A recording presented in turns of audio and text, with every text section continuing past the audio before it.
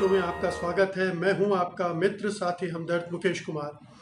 दोस्तों, उत्तर प्रदेश के हाथरस कांड के बाद पूरे देश भर में हंगामा मचा हुआ है, हाहाकार मचा हुआ है कि जिस तरह से एक बलात्कार पीड़िता को यह साथ व्यवहार किया गया, उसके शव को आधी रात को जलाया गया, उसके पूरे मामले को दबाने की कोशिश की जा रही है, सबूत दबाए जा रहे हैं, नष्ट किए जा रहे हैं। और जिस तरह से उत्तर प्रदेश की सरकार और प्रशासन विपक्ष की आवाज़ को दबाने की कोशिश कर रहा है, उसके परिजनों की आवाज़ को दबाने की कोशिश कर रहा है और मीडिया को भी रोक रहा है उसके कवरेज से, इससे साफ साफ ये मैसेज जा रहा है कि उत्तर प्रदेश की सरकार बहुत गलत तरीके से इस पूरे कांड को छिपाने, दबाने या लोगों को बरगलाने की कोशिश कर रही है। और इसका संज्ञान उत्तर प्रदेश के हाई कोर्ट ने, इलाहाबाद हाई कोर्ट ने लिया है। उसने उत्तर प्रदेश सरकार और प्रशासन को नोटिस भेज दिए, सम्मन भेज दिए हैं। जाहिर है, और जो जिस कड़ी भाषा का उसमें इस्तेमाल किया गया है वो अपने आप में बहुत महत्वपूर्ण है, क्योंकि उसमें कहीं से भी कोई मुरव्वत नहीं दिखाई है। कोर्ट ने इन महकमों के लिए, चाहे वो पुलिस हो, चाहे प्रशासन हो, चाहे कि राज्य की सरकार ही हो, तो हर तरफ उत्तर प्रदेश सरकार की थू-थू हो रही है। मुख्यमंत्री आदित्यनाथ योगी को बदलने की मांग हो रही है, उनके नकारेपन, उनकी नाकामियों की चर्चाएं हो रही हैं। और सबसे बड़ी बात ये कि वो जिस तरह से गैर कानूनी और अलोकतांत्रिक रवैया अपना रहे हैं, उसकी आलोचना, निंदा, भर्त्सना हो रही है। लेकिन एक दूसरा पक्ष है, और वो पक्ष है उत्तर प्रदेश सरकार के खैर ख्वाहों का, बीजेपी का, जो मानते हैं कि इस पूरे हाथरस कांड को बेवजह उछाला जा रहा है, बेवजह उसे ज़्यादा कवरेज दिया जा रहा है। और जो विपक्षी दल हैं वो इसे मुद्दा बनाने की कोशिश कर रहे हैं। उनकी दलील ये है कि दूसरे राज्यों में भी बलात्कार की घटनाएं होती हैं और हो रही हैं, जैसे राजस्थान में हुई, लेकिन उस तरफ उनका ध्यान नहीं जा रहा है, उस पर उतनी चर्चा नहीं की जा रही है और हाथरस कांड पर सारा ध्यान केंद्रित किया जा रहा है। तो इसका मतलब है कि कहीं की कोई पूर्वाग्रह है मीडिया में, कहीं विपक्षी दल इसका राजनीतिक इस्तेमाल करने की कोशिश कर रहे हैं। ये एक तरह की बेशर्म दलील है, दो बलात्कार की घटनाओं को एक जैसा बताने की, जबकि हाथरस की घटना बिल्कुल अलग है। उसमें राज्य सरकार, राज्य के प्रशासन और पुलिस की भूमिका बिल्कुल अलग ढंग की है, और इसीलिए इस दलील को आप नहीं मान सकते हैं कि उसका कोई आधार है। हम आज इस पूरे मुद्दे पर विस्तार से बातचीत करेंगे, लेकिन पहले आपसे एक गुजारिश करेंगे। गुजारिश ये है कि अगर आपको लगता है कि गोदी मीडिया खबरों के साथ इंसाफ नहीं करता है, वो कारपोरेट के हितों से संचालित होता है, वो सरकार के एजेंडे को आगे बढ़ाता है, तो आपको स्वतंत्र पत्रकारिता के साथ आना चाहिए, उसकी ताकत बनना चाहिए। सत्य हिंदी की सदस्यता योजना इसी दिशा में एक बड़ा कदम है। इसमें आर्थिक योगदान देकर आप स्वतंत्र पत्रकारिता को मजबूती प्रदान कर सकते हैं। इसके लिए इस वीडियो के साथ दिए गए डिस्क्रिप्शन में जाइए, उसमें एक लिंक है, उसको क्लिक कीजिए।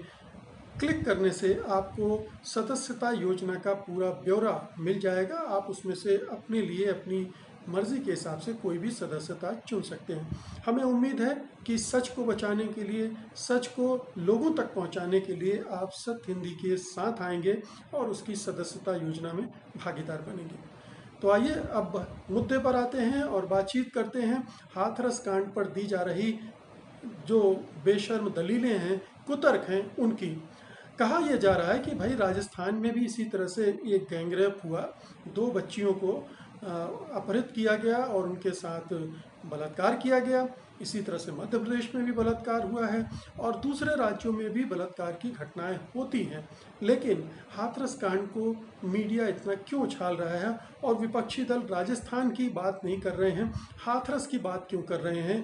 कांग्रेस जिसकी सरकार है राजस्थान में, वो वहाँ उस वारदात की बात नहीं कर रही है, उस पर अपनी जो कमज़ोरियां हैं, लापरवाहियां हैं, उसको छिपाने की कोशिश कर रही है और हाथरस कांड पर बढ़ चढ़कर बयान दे रही है, अभियान चला रहे हैं। राहुल गांधी और प्रियंका गांधी हाथरस जाने की कोशिश करते हैं। उसे इन दलील देने वालों ने कहा कि ये ड्रामेबाजी है। लेकिन क्या ये सच है?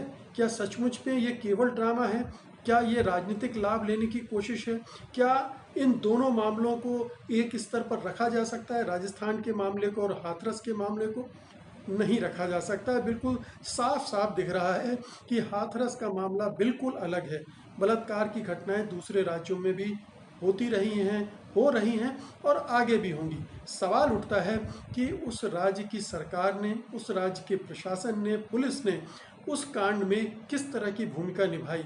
क्या उसने अपराधियों को बचाने की कोशिश की? क्या उसने पीड़िता को न्याय दिलाने की कोशिश की या उसके खिलाफ काम किया, सबूत नष्ट करने की कोशिश की? क्या?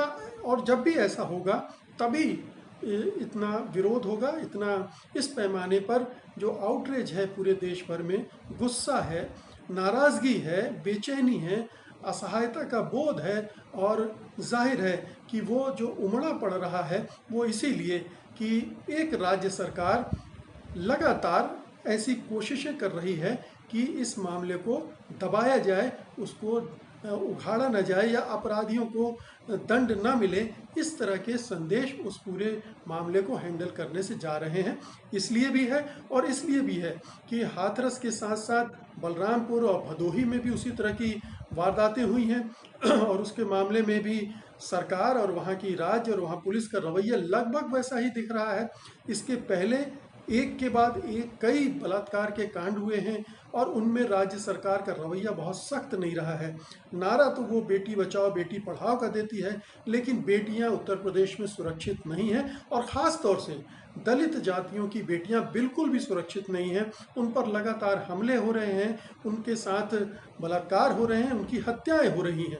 तो जब एक पूरा सिलसिला बनता है तो जाहिर है कि धीरे धीरे गुस्सा इकट्ठा होता जाता है और वो किसी एक घटना पर ट्रिगर पॉइंट का काम करता है, जो हाथरस के मामले में हुआ और हाथरस में और भी चीज़ें जुड़ती चली गई। तो ये कोई केवल एक घटना का गुस्सा नहीं है। उत्तर प्रदेश में पिछले जो 2-3 साल से लगातार अपराध लगातार बढ़ते रहे हैं, वहाँ जंगल राज की स्थिति बन गई है, गुंडा राज की स्थिति बन गई है और लगातार सरकार असफल हो रही है। कहने को ठोक दो की संस्कृति चला रहे हैं योगी आदित्यनाथ, लेकिन उनकी ठोक दो की संस्कृति में एक खास वर्ग, खास तबके, खास जातियों, खास धर्मों के लोगों को निशाना बनाया जा रहा है। तो ये अपने आप में हम देखते चले आ रहे हैं और इसकी चर्चा मैंने पिछले दिनों अपने कार्यक्रम में विस्तार के साथ की भी थी।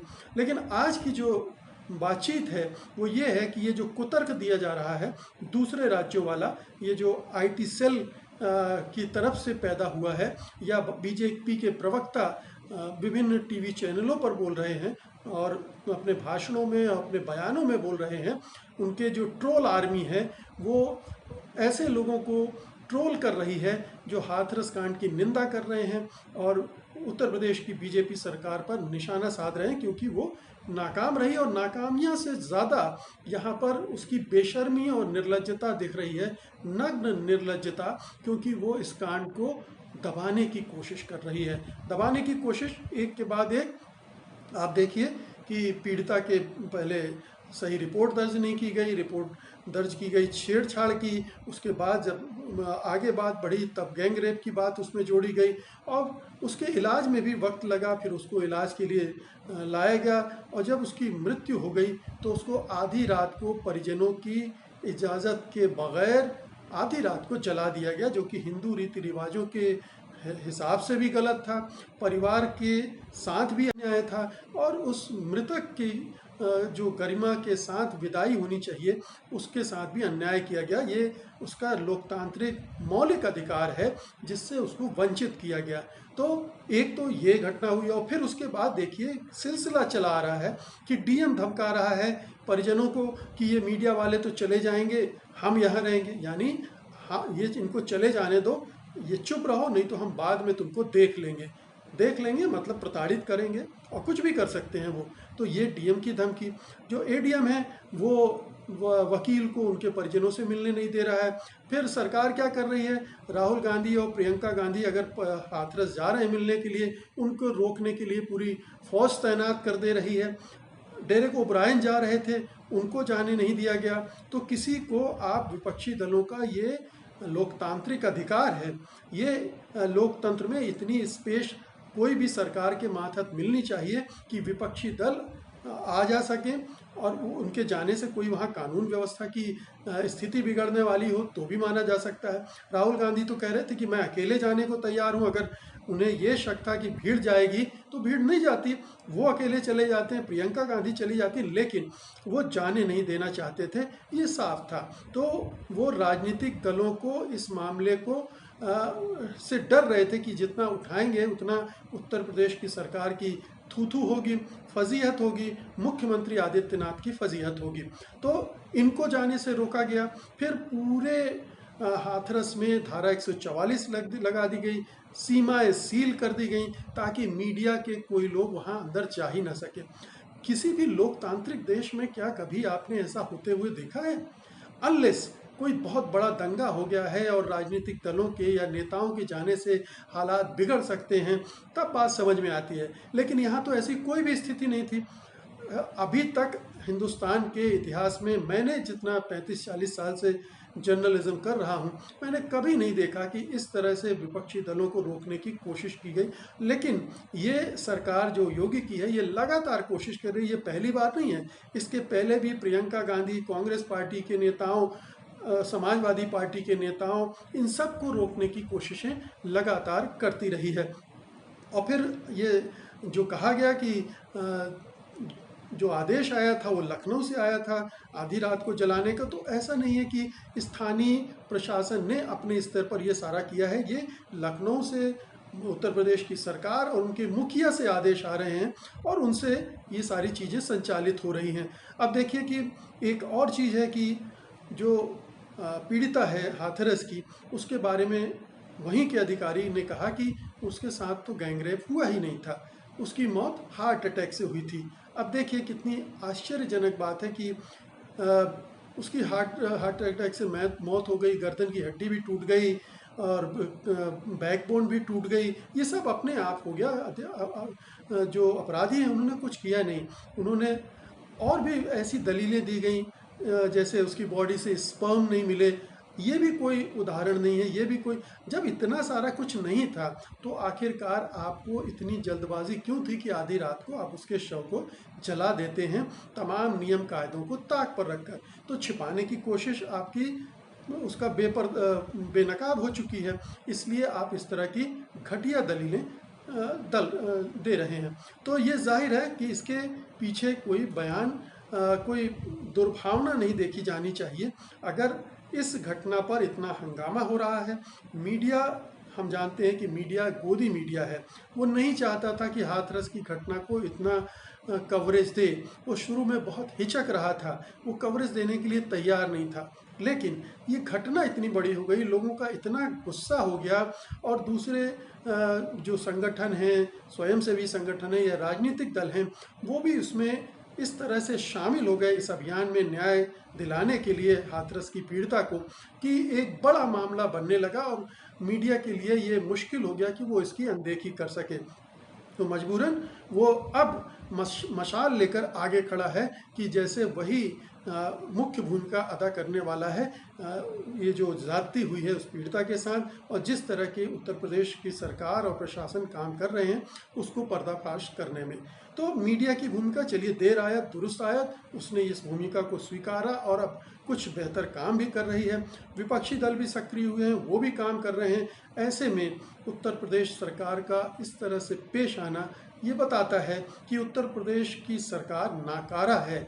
उसके पास शासन चलाने का न तो तजुर्बा है और ना ही समझ है, सलाहियत है। इसीलिए वो एक तरह से निरंकुश ढंग से सरकार चला रही है और तमाम नियम कायदों को ताक पर रखकर, संविधान की जो मूलभूत भावनाएं हैं या संवैधानिक अधिकार हैं लोगों के, उनको ताक पर रखकर ये उत्तर प्रदेश सरकार चल रही है। और जिसके नतीजे हम देख रहे हैं कि अपराध लगातार बढ़ते जा रहे हैं, अपराधियों को संरक्षण सरकार की तरफ से मिल रहा है।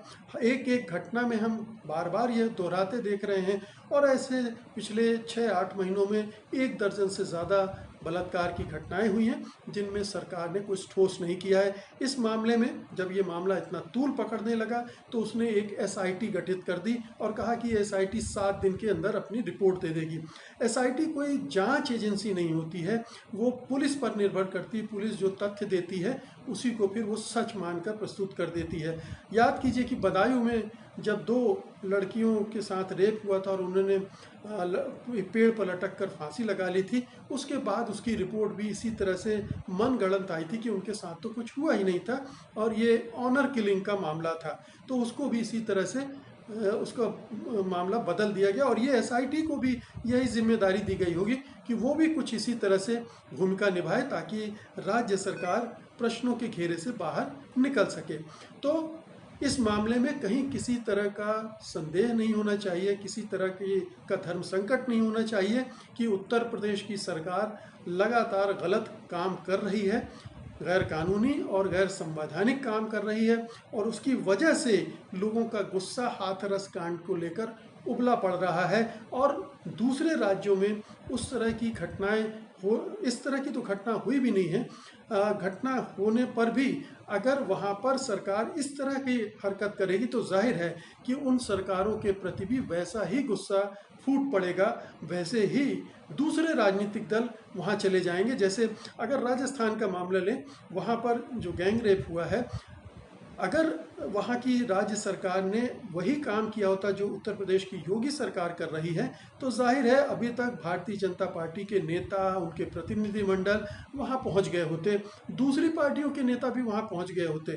तो ये अमूमन होता है, लेकिन नहीं जा रहे हैं तो इसकी क्या वजह है ये समझने की ज़रूरत है। साफ है कि अभी राजस्थान सरकार की भूमिका उसमें इतनी संदेहास्पद, विवादास्पद नहीं है कि वो अपराधियों को बचाने की कोशिश कर रही है, सबूतों को नष्ट करने की कोशिश कर रही है, जबकि यहाँ बिल्कुल खुल्लम खुल्ला और बिना किसी लाज शर्म के ये किया गया और किया जा रहा है।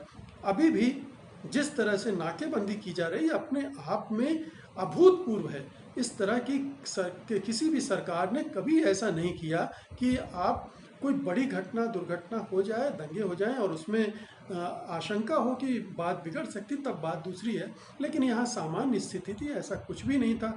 तो आप न किसी को प्रदर्शन करने दे रहे हैं, न आप किसी को परिजनों से मिलने जा रहे हैं, तो साफ लगता है कि आप छिपा रहे हैं। और गुस्सा इसी को लेकर है कि आप लोगों के लोकतांत्रिक अधिकारों से वंचित कर रहे हैं, आप पर्देदारी कर रहे हैं, आप मामले को ढांपना चाहते हैं, आप अपराधियों को बचाना चाहते हैं और आपका जो प्रशासन है, आपके पुलिस अधिकारी, आपके जो स्थानीय अधिकारी हैं, वो जिस तरह के बयान दे रहे हैं, जिस तरह की भूमिका अदा कर रहे हैं, उससे वो गुस्सा बढ़ता चला जा रहा है और इसीलिए ये हंगामा भी हो रहा है। तो योगी सरकार को अपने अंदर झांकना चाहिए, भारतीय जनता पार्टी को अपने अंदर झांकना चाहिए और योगी सरकार और भारतीय जनता पार्टी के जो खैर ख्वाह हैं, जो हमदर्द हैं, जो मानते हैं कि हमारी सरकार ठीक काम कर रही है, उन्हें इस तरफ ध्यान देना चाहिए कि उनकी सरकार इस तरह का व्यवहार न करे।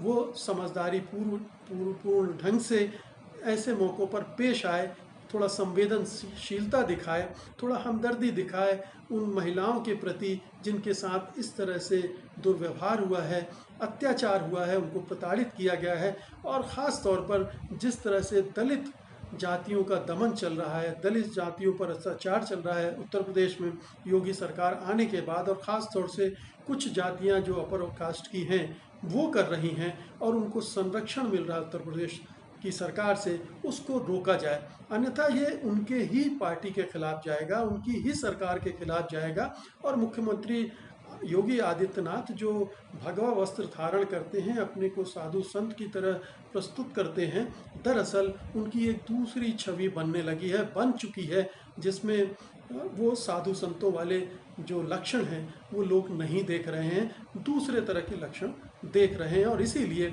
लगातार इस छवि के बावजूद वो अपनी रक्षा कर पा रहे हैं, अपनी सरकार की बचाव कर पा रहे हैं और लोगों का गुस्सा लगातार बढ़ रहा है। तो मित्रों, आपको ये बात बिल्कुल समझ लेनी चाहिए कि ये जो तर्क दलील दी जा रही है कि दूसरे राज्यों में कि नहीं, ये एक कुतर्क है और ये कुतर्क बार बार दिया जाता है। जब गुजरात दंगों की बात करो तो अनायास या सायास वो 1984 की बात करने लगते हैं। जब बीजेपी शासन में किसी गलती की बात करो तो वो नेहरू युग में पहुंच जाते हैं। कांग्रेस की बात करने लगते हैं तो एक गलत से दूसरा गलत ठीक नहीं हो जाता है। कांग्रेस ने गलतियां की होंगी, उसको सज़ा मिली, वो फिर गलती करेगी, फिर उसको सज़ा मिलेगी। इसका मतलब ये नहीं कि आपकी गलतियों से कोई आंख मूंद लेगा। तो ये कुतर्क को हम आप अच्छे से समझ लें, क्योंकि ये कुतर्क पिछले 5-6 सालों से दिए जा रहे हैं और आगे भी हमें सुनने को मिलते रहेंगे।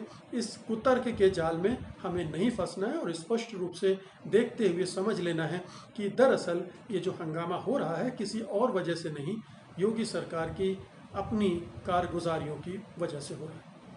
बहुत बहुत शुक्रिया आपका। उम्मीद है कि आप इस वीडियो को लाइक करेंगे, शेयर करेंगे और अगर अभी तक आपने satyhindi.com को सब्सक्राइब नहीं किया है, YouTube को सब्सक्राइब नहीं किया है, YouTube चैनल को, और Facebook के फॉलोअर नहीं बने हैं, तो आप तुरंत ये काम करेंगे।